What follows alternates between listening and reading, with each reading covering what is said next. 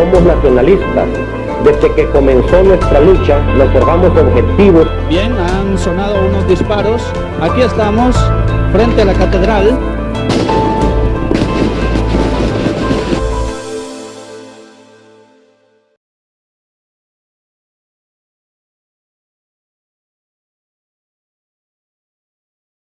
Mi nombre es Fernando Díaz, soy historiador y en los últimos años he estado trabajando el tema de memoria histórica en el contexto del conflicto armado. He estado trabajando en archivos de derechos humanos, por ejemplo, el archivo de tutela legal del Arzobispado de San Salvador. ¿Por qué tenemos que ver hacia el pasado? ¿Por qué es importante ver hacia el pasado? Creo que es importante aclarar de que el pasado siempre está abierto, el pasado siempre está con nosotros. Y siempre se nos ha tratado, se nos ha querido decir de que el pasado ya pasó y por lo tanto no hay que tocarlo. En relación al contexto del conflicto armado, se ha mencionado de que no hay que volver a abrir las heridas, hay que dejarlas cerradas. Últimamente se ha mencionado sobre dar vuelta a la página, para ya no tocar esos temas, pero sin embargo hay muchas personas, muchas familiares, muchas víctimas, que todavía en este año 2020 todavía viven las secuelas de esa guerra, todavía tienen familiares que no han aparecido, todavía están buscando a sus hermanos, a sus esposos, a sus esposas, a sus hijos y no tienen respuesta. Incluso también se puede hablar de que hay muchas víctimas que todavía sufren las secuelas de las torturas que sufrieron en este contexto. ¿Cómo se ha construido el pasado del conflicto armado salvadoreño? La construcción de la memoria y la verdad en este país se puede vincular a dos mecanismos. El primer mecanismo es el mecanismo no judicial, ¿verdad? Que es el que está relacionado con la memoria histórica, el que ha desarrollado organizaciones como ProBúsqueda, por ejemplo, como Tutela Legal, que van registrando mediante testimonios todas estas graves violaciones a los derechos humanos que sucedieron en los años 70 y 80. Y también incluye a los mecanismos que han utilizado las comunidades para recordar, para no dejar morir esta memoria. Para poner un ejemplo, a la comunidad de Santa Marta, ¿verdad? En el norte de Cabañas, ¿verdad? Que es una comunidad que se ha caracterizado por recordar la masacre que se hizo en ese lugar y año con año se hacen conmemoraciones. El otro mecanismo es el mecanismo judicial. Entonces, después del conflicto armado surgen dos documentos. Por ejemplo, está los acuerdos de paz, ¿verdad? Que es un acuerdo entre las dos partes en combate, pero que no toman en cuenta a las víctimas. Solo se toman en cuenta a los actores involucrados. Alguna gente habla de un cese de hostilidades, sí, más que un acuerdo real. Sí, se generan cambios a nivel político, ¿verdad? Se desaparecen los diferentes cuerpos de seguridad, pero en sí no hay un aporte a la construcción de la verdad, de la memoria y la justicia en este país, porque se invisibiliza a la víctima. Actualmente en los planes de estudio no está eso dentro de los acuerdos de paz, la guerra, 70.000 muertos, todo eso cabe en página y media de los libros de historia. El informe de la Comisión de la Verdad registró, ¿verdad?, una gran cantidad de graves violaciones. Sin embargo, es interesante, ¿verdad?, es coincidencia de que a los 5 días de que se genere este informe de la Comisión de la Verdad, se hace público la ley de amnistía general, en la cual ya no se podía juzgar a ninguno de los actores intelectuales y materiales de las grandes masacres. Entonces, estas políticas generadas desde el Estado invisibilizan más todavía a las víctimas y invisibilizan también la tradición o la memoria, ¿verdad?, en los años posteriores.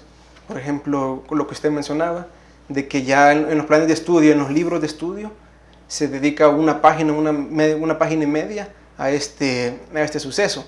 Y en esa página y media no se toca a las víctimas, no se ven a las víctimas. Y es algo preocupante para un país que busca de alguna forma resolver estos problemas de grandes abusos. ¿Quién es el responsable de generar esta historia, de hacerla pública, de publicar la historia del pasado conflicto? Bueno, porque pareciera ser que sí, es la gente la que está obligada a hacerla, porque el Estado no lo está haciendo. El Estado es el obligado hacer la construcción de la memoria y de la verdad en este país. La construcción de esa verdad, de esa memoria, en este país inició, podríamos poner una fecha, en el año 2016, cuando se declaró inconstitucional la ley de amnistía. Entonces, aquí se abren diferentes procesos, uno de ellos es el de la justicia transicional, que es precisamente procesos que utiliza una sociedad para resolver grandes abusos de violaciones de los derechos humanos. El Estado en cierta parte ha realizado algunas acciones, por ejemplo en el Mozote, ¿verdad? Se ha adecuado el acceso a este caserío, se hacen conmemoraciones, sin embargo se invisibilizan a un montón de masacres más, ¿verdad? Incluyendo masacres realizadas por gente de izquierda. Por gente de izquierda. El Estado, como le menciono, ha hecho algunas actividades, pero no ha tocado el trasfondo de lo que significa construir una memoria. No hay una memoria histórica que se enseñe en las aulas, ¿verdad? En las escuelas, en los colegios. No hay una política, no se ha rediseñado el plan de estudios, ¿verdad? Y todavía las víctimas siguen invisibilizadas. ¿Cómo construir la historia de estas masacres, por ejemplo?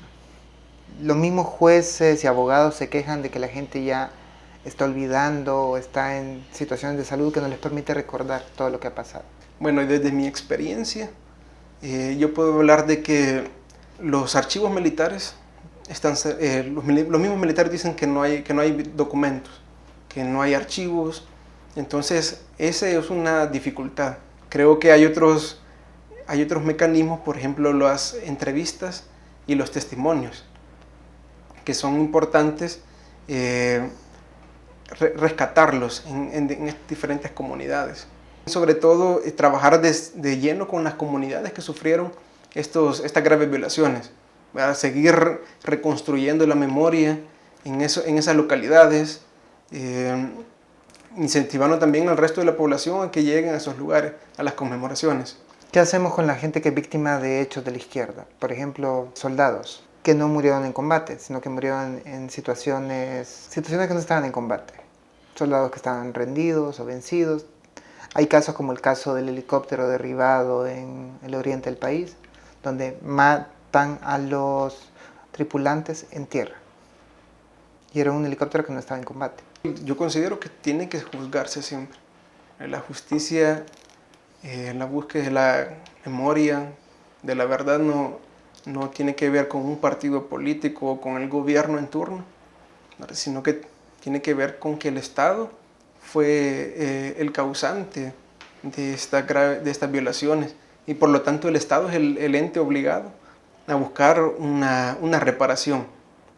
Entonces, considero que la justicia transicional no tiene que ver con los bandos, sino que tiene que ver con las víctimas en general. Después de casi 30 años de la firma de los acuerdos de paz, seguimos hablando de derechas, izquierdas, de buenos, malos. ¿Cómo construir una historia, una memoria histórica salvadoreña si seguimos divididos? Creo que lo principal es empezar diciendo que el pasado no se tiene que cerrar.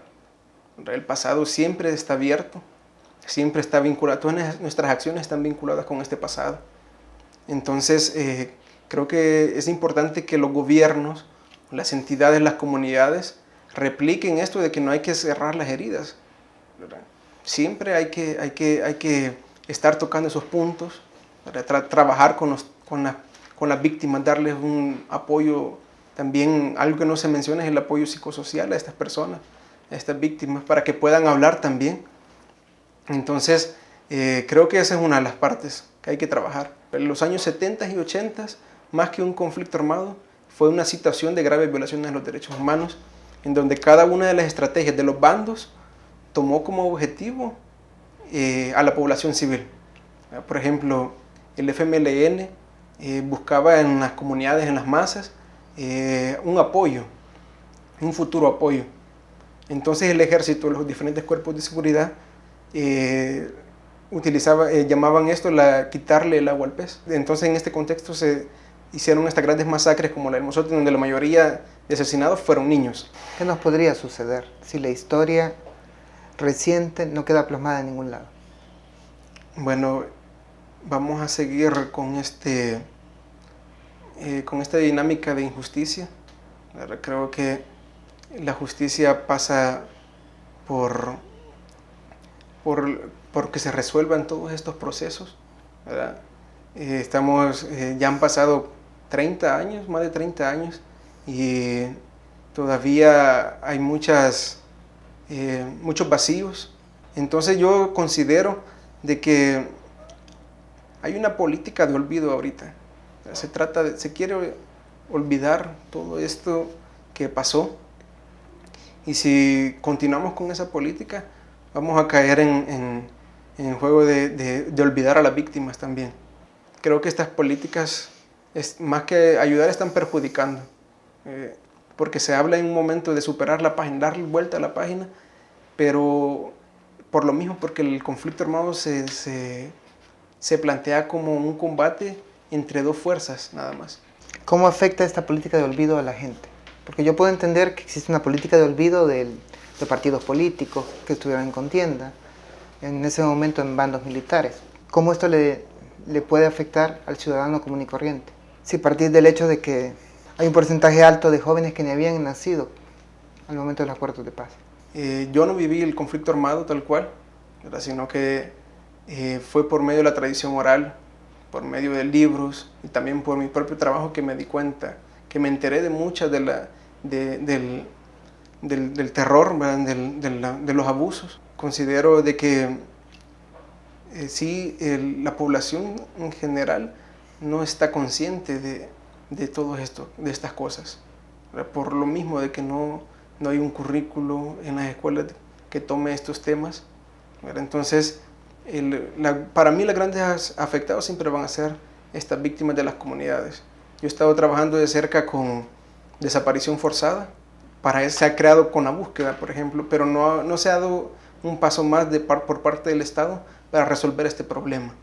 Entonces el sistema de desigualdad, el mismo sistema de injusticia va a persistir en esta generación y en las siguientes generaciones, si no se hace una verdadera construcción de esta memoria y de esta verdad.